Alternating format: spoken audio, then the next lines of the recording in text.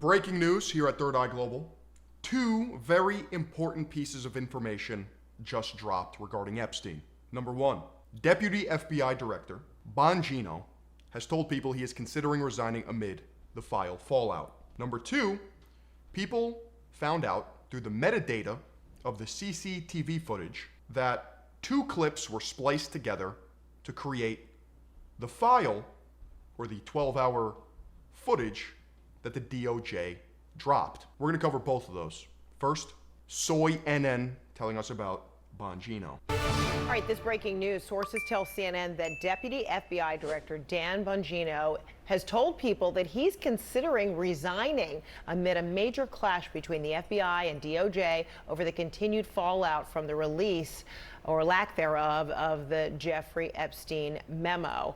My conspiracy brain goes to good cop, bad cop. Uh-oh, there's trouble in the White House. Dan Bongino, the arbiter of truth, he's really upset with Pam Bondi. I don't know if this is all orchestrated or if this is actually what's going on, but it's something to pay attention to. Joining us right now in Files, joining us right now on the phone is CNN anchor and chief White House correspondent Caitlin Collins. Caitlin, what more are you learning? Yeah, Fred, it remains to be seen if he actually follows through with what he has told colleagues. But what we do know is that Dan Bongino has told people he is considering resigning as the deputy director of the FBI over the fallout that has continued ever since this memo was released. If Bongino resigns and Patel doesn't, it shows a big problem. Yeah, I would agree. Huge rift.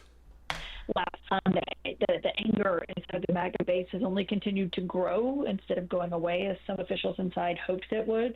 And now our colleagues, along with Christian Holmes, Hannah Rabinowitz, and Evan Perez, we're hearing that he's considering resigning after they had this heated confrontation with the Attorney General Pam Bondi over the handling of this earlier this week.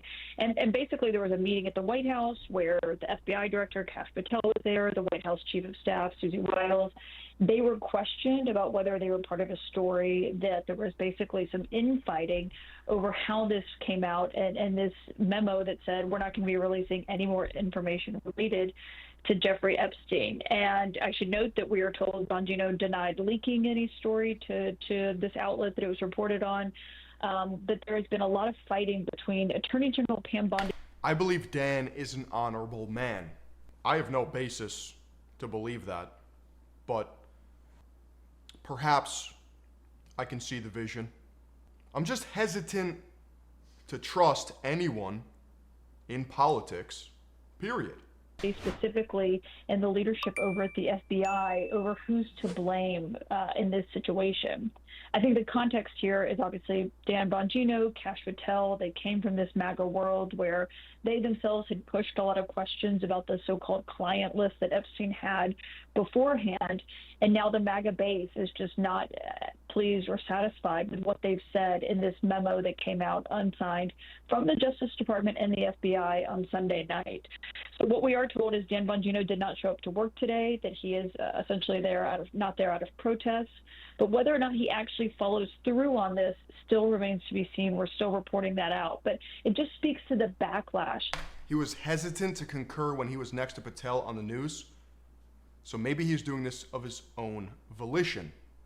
That the White House is very much feeling and understanding after this memo came out, despite President Trump the other day in the cabinet room asking, who still cares about this? One thing we know is the MAGA base certainly does. All right, Caitlin Collins, thanks so much. I wonder if it was a colossal miscalculation at the MAGA headquarters. They're like, just release the files. There's no one on the list. Meanwhile, the audience was desperately waiting for some huge news. Like, from a PR perspective, it's a fumble the likes of which we've never seen before. For that, we'll check back with you as you learn more. CNN senior justice correspondent Evan Perez is also with us. And so, Evan, is it your understanding that if Bongino were to resign, it's as a result of the infighting, including with the AG, Pam Bondi, or is it mostly over the disappointment of these Epstein files either not existing or not being released? Well, look, I think Fred, there's a larger issue here, and I think if you look at Dan Bongino, he was a very successful podcaster. He had a very big following online, certainly very financially successful with his podcast that was a very very strong appeal inside MAGA world. And this job really hasn't been, I think, very much fun. And if you've seen him doing some of his interviews that's got to be rough, going from a top podcaster to staring at the dark truths of this world in the face and not being able to tell the whole story. Right-leaning media and conservative media, he has said as much. He has said that this job is taking a toll on his life, on his personal life, with his family. He's having to essentially be separated from them while he's here in Washington doing this job. It's not nearly what he's used to back in the days. Obviously, he is someone who came from law enforcement. So, I think there's a bigger story here in terms of what Bongino is thinking. But I certainly think part of what Caitlin laid out just now is partly the story here, and that is that there is some daylight between top FBI officials and top Justice Department officials over the handling of this Epstein matter. You'll remember that back in February, the Attorney General Pam Bondi. Yep. See you in the shadow realm, Dan. Join us.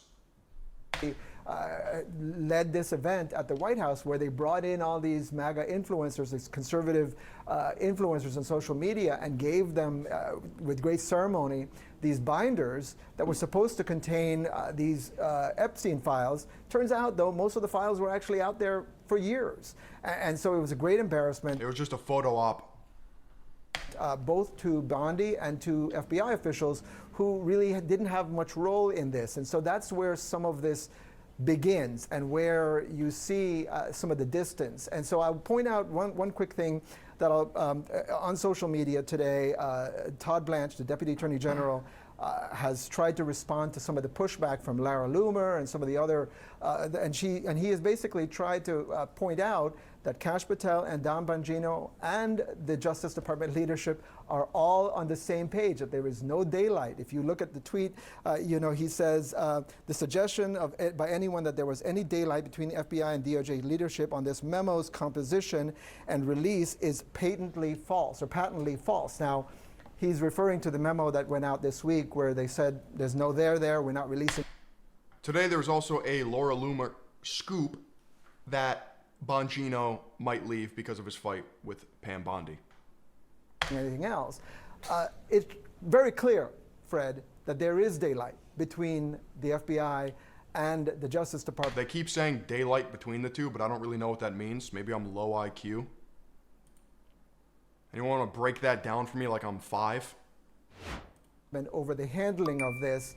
And so we'll see how this plays out in the coming days and weeks. We don't know whether Bongino is coming back to work next week. It appears he's taken the day off. He's down in Florida somewhere. And so we don't know whether he's going to be back to work next week. But we certainly know that this is not a story that is going to go away because... First time hearing it used, but they are spamming that word. No, I think I get it through the context clues. Working together / communication. Right? I would liken it to like the CIA / FBI or police departments from various districts or precincts blocking communication or working together. If there's daylight between them, they see eye to eye, they're aligned on the same goal and vision. Meaning, Kash Patel and Dan Bongino having daylight with the DOJ and Pam Bondi, meaning they're all in on the release together. As Caitlin pointed out just now, certainly MAGA world is not done with this. They want more, and they want to see more from those documents that the FBI still has. And it is evident this is just the latest in what seems to be a litany of turmoil that we're seeing in recent days and weeks involving top leadership in this administration. All right, Evan Perez, thank you so much. So next up, we have the metadata revealing that the prison video was most likely modified. There's no evidence the footage was deceptively manipulated, but ambiguities around how the video was processed may further fuel conspiracy theories about Epstein's death. I love how I just get one-shotted by the most random words, meanwhile I've said them numerous times. Ambiguities. United States Department of Justice this week released nearly 11 hours of what it described as full, raw surveillance footage from a camera positioned near Jeffrey Epstein's prison cell the night before he was found dead. Now, remember, Epstein was first put into a cell with the ex-NYPD freakazoid mutant steroid blasting Dr. Mundo serial killer, then was put on self-deletion watch, then was hooked up with a narcotics trafficker, and then one day later, he made a phone call the night before he died, or of the night that he died, to presumably his girlfriend at the time, which, what does she know? Somebody get a hold of her. Got a couple questions here at Third Eye Global. And then we have this shoddy surveillance footage where there's a minute missing, which Pam Bondi said is normal. It just resets every night. And there's numerous he said, she said, double speak with the story's release in that, was there a guard? Were they sleeping? Who was that walking towards Epstein's cell? Metadata embedded in the video and analyzed by Wired and independent video forensics experts showed that rather than being a direct export from the prison surveillance system, the footage was modified, likely using the professional editing tool Adobe Premiere Pro. Guys, they were just color grading it. I mean, come on. That's what a professional does. The file appears to have been assembled from at least 2 source clips, saved multiple times, exported, and then uploaded to the DOJ's website, where it was presented as raw footage. Now that is suspect as fuck. Experts caution that it's unclear what exactly was changed and that the metadata does not prove deceptive manipulation. Well, as someone who's been editing for a decade, I'd like to see that timeline. You get me on the case, I'll tell you in 2 seconds what's going on there. Nobody is meaner on the keys than your boy in an editing booth. And that's a fact. Maybe my editors at Third Eye Global. But it's like a sensei grasshopper dynamic. Perhaps they have passed the master. No. But the absence of a clear explanation for the processing of the file using professional editing software complicates the Justice Department's narrative. In a case already clouded by suspicion, the ambiguity surrounding how the file was processed is likely to provide fresh fodder for conspiracy theories. See, what they don't realize from a PR perspective is that every little move that they make now is intensely scrutinized and under a microscope.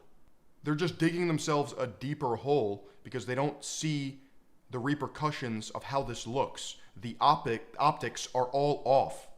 The reason being, this could very well be footage from other nights, spliced together, or any rendition of that idea.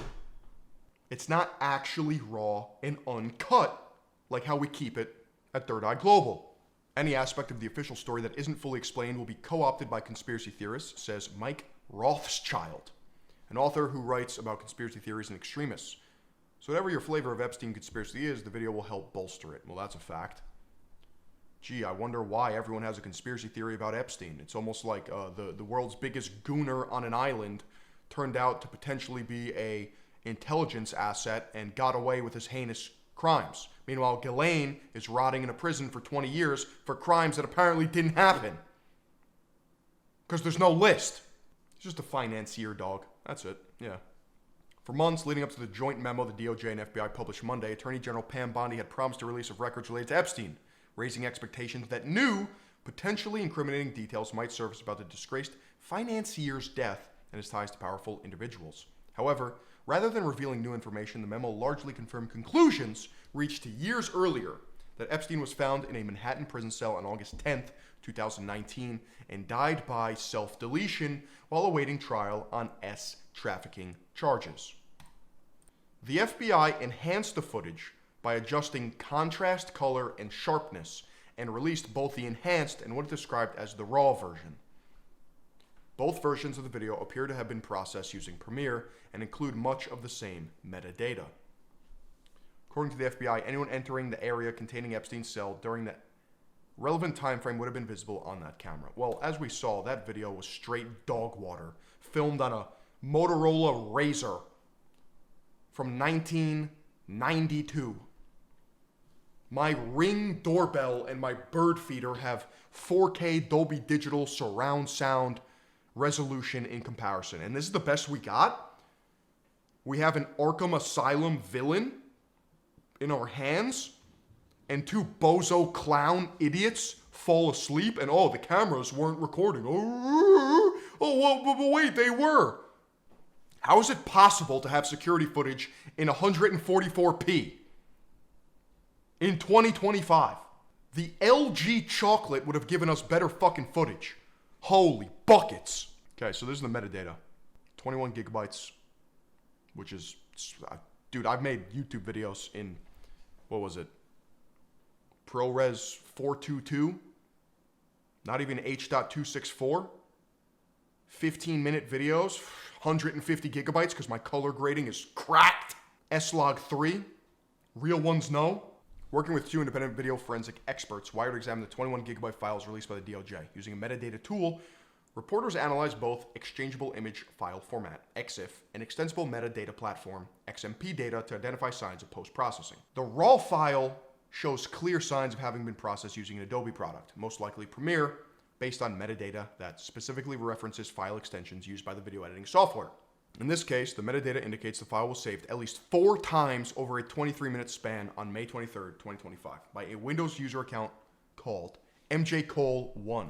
Does not indicate whether the footage was modified before each time it was saved. The embedded data suggests the video is not a continuous, unaltered export from a surveillance system, but a composite assembled from at least 2 separate MP4 files. You see, I just don't think... You know what? I shouldn't say that. Maybe they are that stupid. Because this is like basic covering your bases. Was that OPSEC? Operational security? No, it's not 4 different MP4s, it's 2. But it was saved 4 times. The metadata does not make clear where in the video the 2 clips were spliced together. The metadata raises immediate concerns about chain of custody. The documented handling of digital evidence, because that's what it is, from collection to presentation in a courtroom. It's not raw. And now everyone's mind is going to run wild. If a lawyer brought me this file and asked if it was suitable for court, I'd say no, go back to the source and do it right. Do a direct export from the original system, no monkey business. Could be benign, like converting the footage from a proprietary surveillance format to a standard MP4, but it could also be completely fake.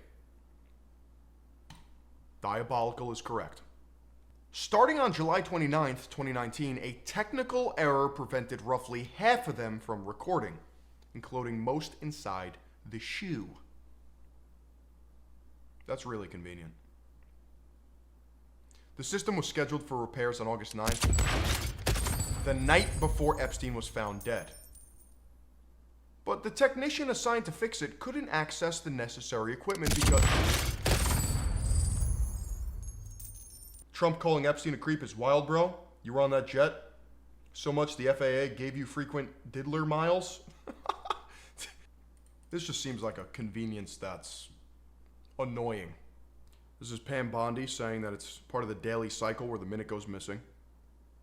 One media forensic expert who reviewed the metadata and agreed with Wired's analysis but requested anonymity due to privacy concerns and a desire to avoid having their name publicly associated with anything related to the Epstein case, which is sus in itself. Put it bluntly, it looks suspicious, but not as suspicious as the DOJ refusing to answer basic questions about it. That's true. I just want answers. What are we supposed to do? Does anyone care about the truth in this world?